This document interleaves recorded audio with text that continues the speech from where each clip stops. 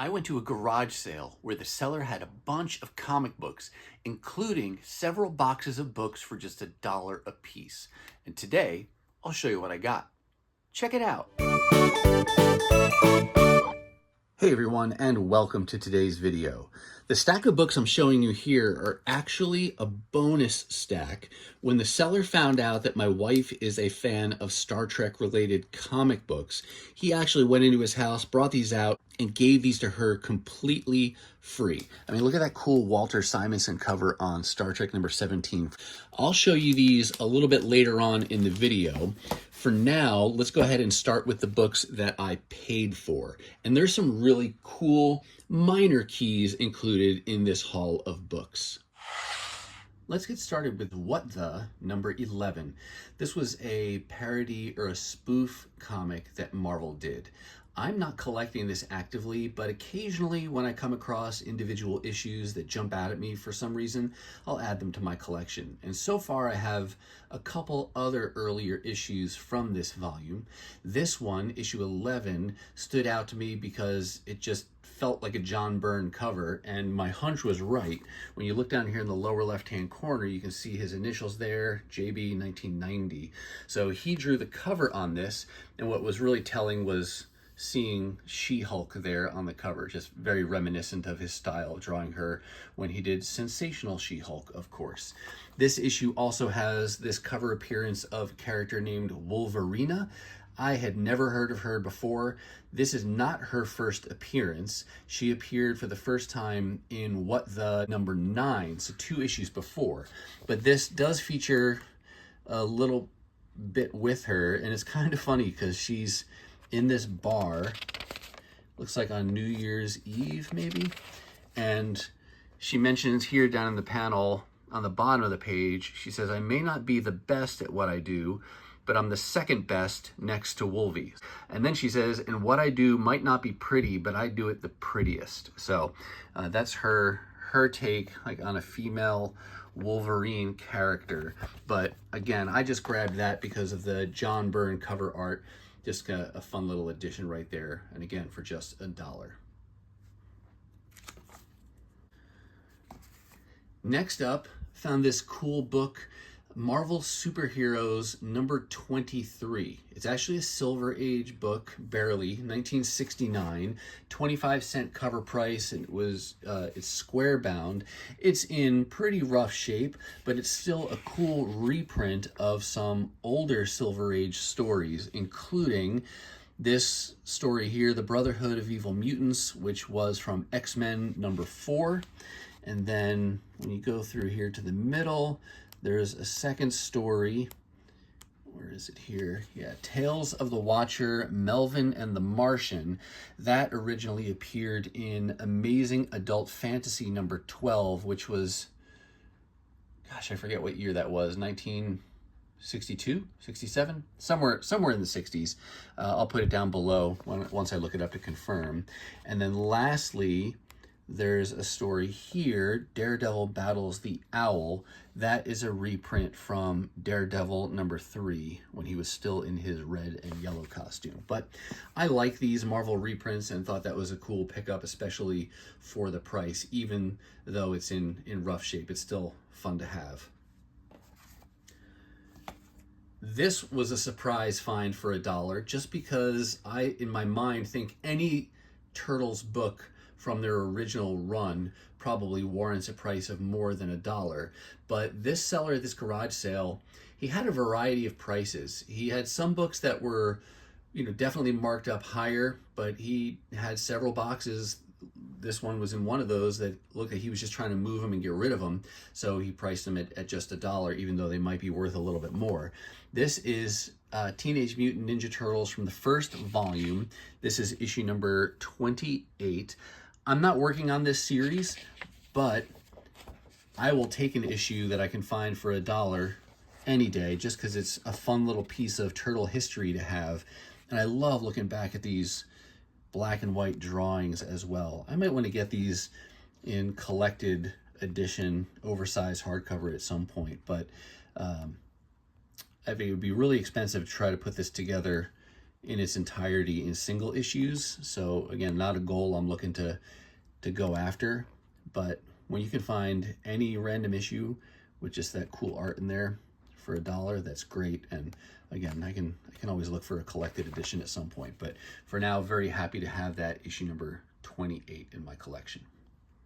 I was really happy to find this copy of Marvel Comics Presents. This is issue number 75, part of the Weapon X story with pencils by Barry Windsor Smith. I think with this issue, I now just need 2 more issues to have the full Weapon X story, probably the most famous story from this volume. It's an anthology series, so you can see there's 4 different stories in this particular issue. The Weapon X story, chapter 3, is the kind of the front runner there, the first story, and that's what's represented on the cover there. But then you've got a Shanna the She-Devil story as well, Megan and Shadowcat down here, and then a Doctor Doom story as well. Again, sometimes multi-part stories that go through here, but for my purposes, it's the Weapon X portion of that I'm looking to collect.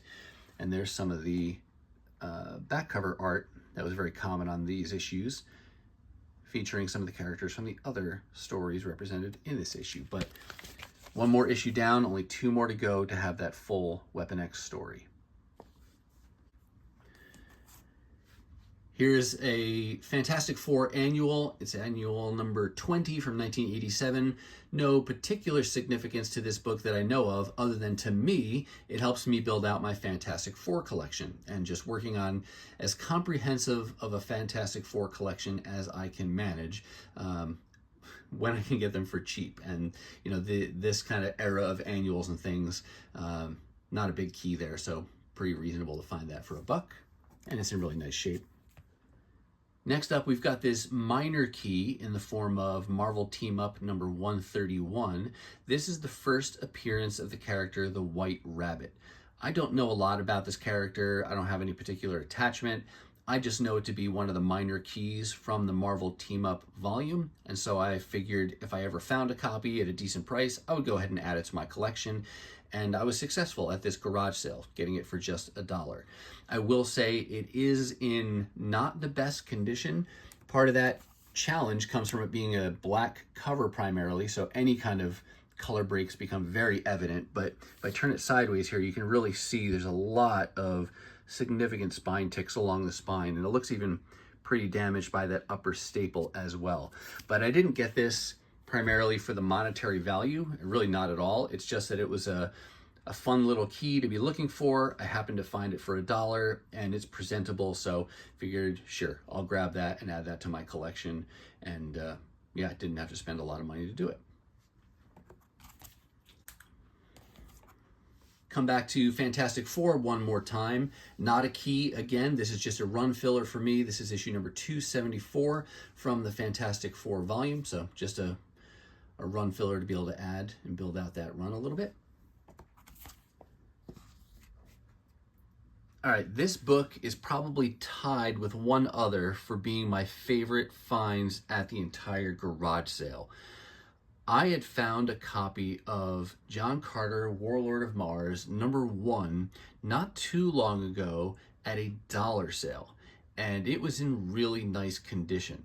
And while this is not a series at the time that I was trying to collect, if you're like me, you come across a Bronze Age book like that that's got really good art, it's a number 1, it's in really nice shape, and that issue would typically go for more than $1, you're gonna pick that issue up. And so I did. I added number 1 to my collection, and then I started investigating the title a little bit, the creative team, the characters, and I decided, you know, I'm gonna go for it. I'm gonna try to put together this volume. And so I've been working on getting some of the other issues, and I found several. And one of the good things about this volume is that there are not a ton of keys. Number 1 is one of those keys, and I'm using air quotes. It's not a major key, so it's still relatively affordable. I was still surprised to find it in the dollar bins, but it is one of the few keys from this volume. This issue here is one of the other few keys from the volume. And though it's not a majorly expensive book, I still was surprised to find it for just $1. Happily surprised. It's got gorgeous cover art by Dave Cockrum, and I'm sure that cover is why the price goes up, even more so than the fact that it's got the origin of Dejah Thoris inside of it. But great cover, and love that I was able to find it so early in my hunting for this volume. I assumed this would be one of the last books that I'd be able to find, but really excited to have added issue 11 to my collection, done it so inexpensively, and it's in really nice condition as well. So I mentioned before, I have found a handful of the other issues in this volume, still not even halfway there, but some of the harder to find books are already out of the way, so I'm excited now in the weeks and months to come to continue to hunt for this. Today though, very happy to have added John Carter number 11 to my collection. This is a book I thankfully own already, and is also very surprising to find for $1, but this is Transformers number 3, back when it was still intended to be a limited series, and for those of you who are fans, you know that that went on to be an 80-issue series at Marvel. This is the title that got me into comic books to begin with, and I'm sorry for sounding like a broken record for those of you who have watched my videos, but I started by collecting these toys. I watched the show every day, loved the movie, and then eventually got into the comic books, and have since been able to complete my entire Marvel Comics run of Transformers. But that being said, I'm always on the hunt for upgrade copies, especially those early issues, because mine are in pretty rough shape. Not even just from me, they were used to begin with, and some of them have tape on the staples and things like that. So I was really happy to find a copy of issue number 3 in nicer shape than my current copy for just $1. And this is the first print, so really happy to get this one. So hard to leave behind those low number Transformers when we're in such good shape and at such a good price. Okay, here is the last book that I bought, and I had to adjust my camera a little bit because it is bigger than a standard comic book. This is Marvel graphic novel number 18, and I'm excited about it because this is my first Marvel graphic novel that I've ever had. Some of these issues get to be pretty pricey with first appearances and things like that, and I think it would be cool to have more of these, but I'm very happy to have my first as a result of this garage sale. This is, of course, Sensational She-Hulk, featured in number 18 and done by creator John Byrne. And those are the two reasons I got this one. He had others there, but I just wanted to choose one. And the fact that it's She-Hulk, a character that I love, and John Byrne, a creator that I really enjoy, definitely was the issue I wanted to get if I was going to get one. This was done back in 1985, so it predates the series by the same name, Sensational She-Hulk, by probably about 4 years, because that started in 1989. You can see up here a listing of the other 17 graphic novels that had come out so far. Each one kind of focused on a different character, done by different creators. But I really liked that I could find Sensational She-Hulk. Fantastic artwork in here by John Byrne. Very 80s and jazzercise-y there. But you get this oversized artwork, which is fantastic as well, given that I like things like omnibus editions and such. Kind of a funny reference that I want to show you happens when she's on the shield carrier. I'll show it to you. That's a pretty cool panel too. Sorry, it's hard to reach out far enough so you can see all that, but a little bit further on here. Here you go. So this bottom panel, you can see what's going on here. She says, "Okay, bright boys, now what? Maybe you'd like me to jump rope for you." And for those of you who know, you'll get that this reference gets picked up again by John Byrne in one of the more famous issues of the Sensational She-Hulk series. For those of you who don't know, go look up Sensational She-Hulk number 40 to understand more context. But he plants the seed of that here, and then he picks up on that idea in Sensational She-Hulk number 40 and runs with that for several pages. So I thought that was kind of a funny reference there, but just really cool Marvel graphic novel. Like I said, my first one to add to my collection, and so happy to get it for a good price. I should say this one, maybe unsurprisingly, was not just $1. His original price on all of his Marvel graphic novels was $20, but because this was the last day of the sale, he had them all marked down to be $10 a piece. I at first wasn't sure if that was a good price or not, because if you can tell a little bit, there's some kind of scuffing here on this all black cover. It could be a little bit cleaner, but given that I never see this book in the wild at any price, and that I really like the character, I really like the creator, and frankly, I just wanted to support this guy at his garage sale. We had been having a good time looking through books and talking about comic book collecting, what he was getting rid of, what he was keeping, what he still collected. So it was just a really good time, and I wanted to support him at his garage sale. So all of those factors combined, $10 seemed like a reasonable price to pay, and it makes for a good story, and it's a good memory now, and the reason for be able to add it to my collection the way I did. So that was my other favorite find from this day at the garage sale. Now, as promised, we're going to come back to these books. While we were there, I mentioned we had a really good conversation with the guy, and we were talking about what he still collects, what he's getting rid of, etc., etc. And over the course of that, my wife was mentioning to him about Star Trek, and he had a couple life-size cardboard cutouts of a couple different Star Trek figures. They were from the original series. Yeah, I think he had a Kirk. He may have had a Kirk and a Spock that he was selling as well, and we did not buy either of those. But my wife did say that she was interested in Star Trek comic books, and he just went into his house, grabbed this stack, and said, here, you can just have these. And so we were very happy and grateful to accept those, and it helps beef up my wife's Star Trek collection a little bit more. And it helps because most of what Nicole has so far are Star Trek The Next Generation, and these are all Star Trek the original series. This first one is number 17 from the first series done by Marvel, and got a very cool Walter Simonson cover art on it. He does not do the interior pencils, though, I don't think. And what's cool about Walter Simonson, in addition to the fact that I just think he's a great artist and I love him on other things like Thor and Fantastic Four and X Factor and things like that, turns out I've learned he's done some of these other sci-fi related series. So he did this cover here on Star Trek, which I didn't know until just now, or researching this issue. But he also did some of the issues in the first Star Wars story from Marvel. He did some of the art for Battlestar Galactica, and I want to say there was one more, but just really cool to see an artist like Walter Simonson on some of those titles and series that I hadn't really paid close attention to for his work, and now it's just some additional fun things to be hunting for.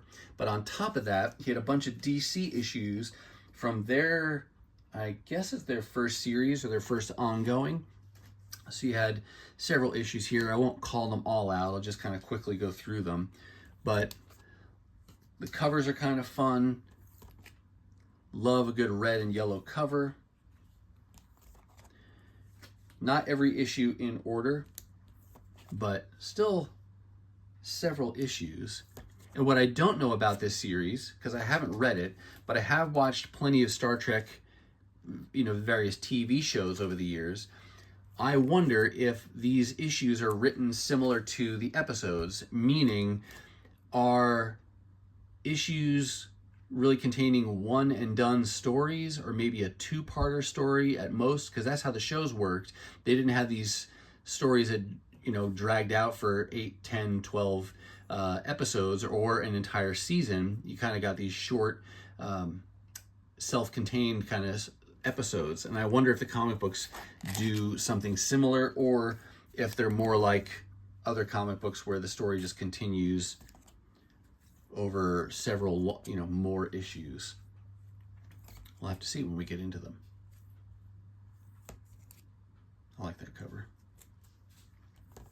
And I also noticed too that their uniforms in this series are very much like what they appear after the movies, as opposed to this one, which might be a little bit different because this one's a special 20 Years of Voyages, and here's their more their TV series type of costumes, or uniforms, I should say. But that was an excellent little bonus that I wanted to show you at the end here of a bunch of free Star Trek comic books that we're really grateful that he threw into the mix. All right, that's going to do it for me, and that's going to wrap up this garage sale comic book haul. I do hope you saw something that you liked, and if you did, and if you want to see more content like this of dollar hauls, and really anytime I find good books for great prices, then take just a minute and hit that thumbs up, hit that subscribe, and ring the bell for notifications so you'll be notified when I upload my next video. Now, if you're not quite ready for the YouTube fun to stop, I have hand-selected a couple videos here for you to check out. As always, thank you so much for watching, and I'll see you next time.